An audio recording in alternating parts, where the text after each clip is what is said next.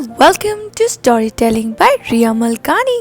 Today I will be telling a beautiful and a wonderful story about a giraffe. The title of the story is Giraffes Can't Dance by Giles Andrede and Guy Parker-Rees.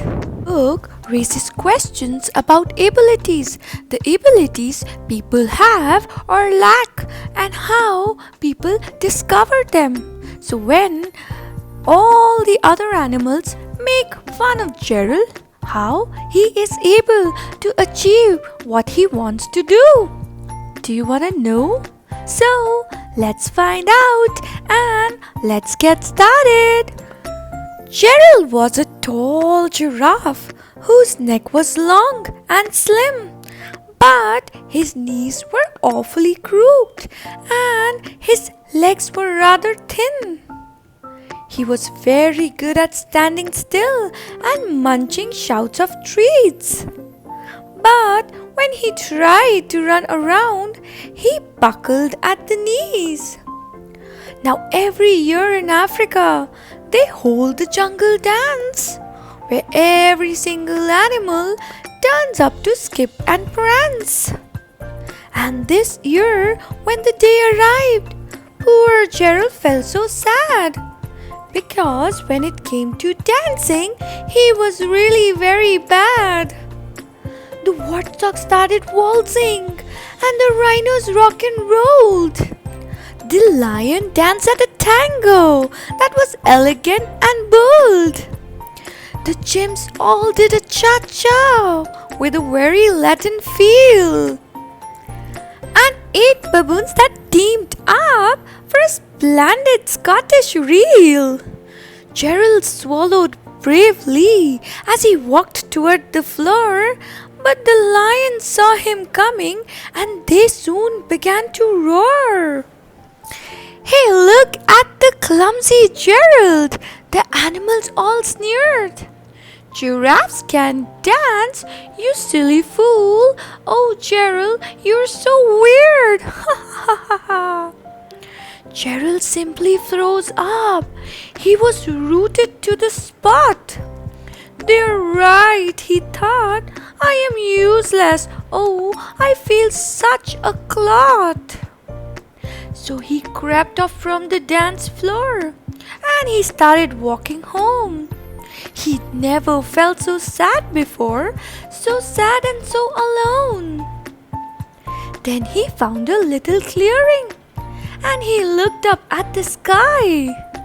"The moon can be so beautiful," he whispered with a sigh. "Excuse me," coughed a cricket, who'd seen Gerald earlier on. But sometimes when you're different, you just need a different song. Listen to the swaying grass and listen to the trees. To me, the sweetest music is those branches in the breeze. So imagine the lovely moon is playing just for you. Everything makes music if you really want it to. With that, the cricket smiled and picked up his violin. Then Gerald felt his body do the most amazing thing. His hooves had started shuffling, making circles on the ground. His neck was gently swaying and his tail was swishing round. He threw his legs out sideways and he swung them everywhere. Then he did a backward somersault and leapt up in the air. Gerald felt so wonderful, his mouth was open wide. "I am dancing! Yes, I am dancing! I am dancing!" Gerald cried. Then one by one each animal who'd been there at the dance arrived while Gerald boogied on and watched him quite entranced. They shouted, "It's a miracle! We must be in a dream! Gerald's the best dancer that we've ever seen. How did you learn to dance like that?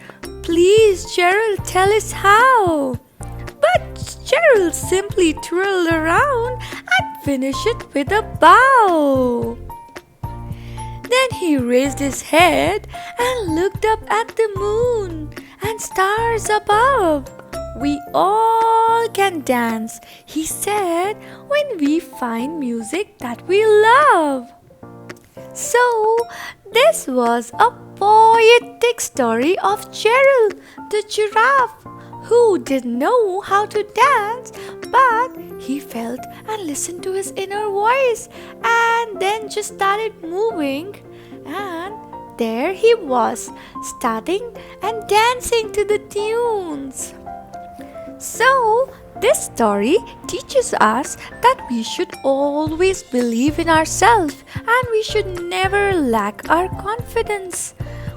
Whenever you want to try a new thing, just go with it. Give it a try, and you never know that you end up doing it the best way possible. This was Gerald. He did it amazingly. So, if you try, we also can do everything. This was the end of the story. Until next time, bye-bye.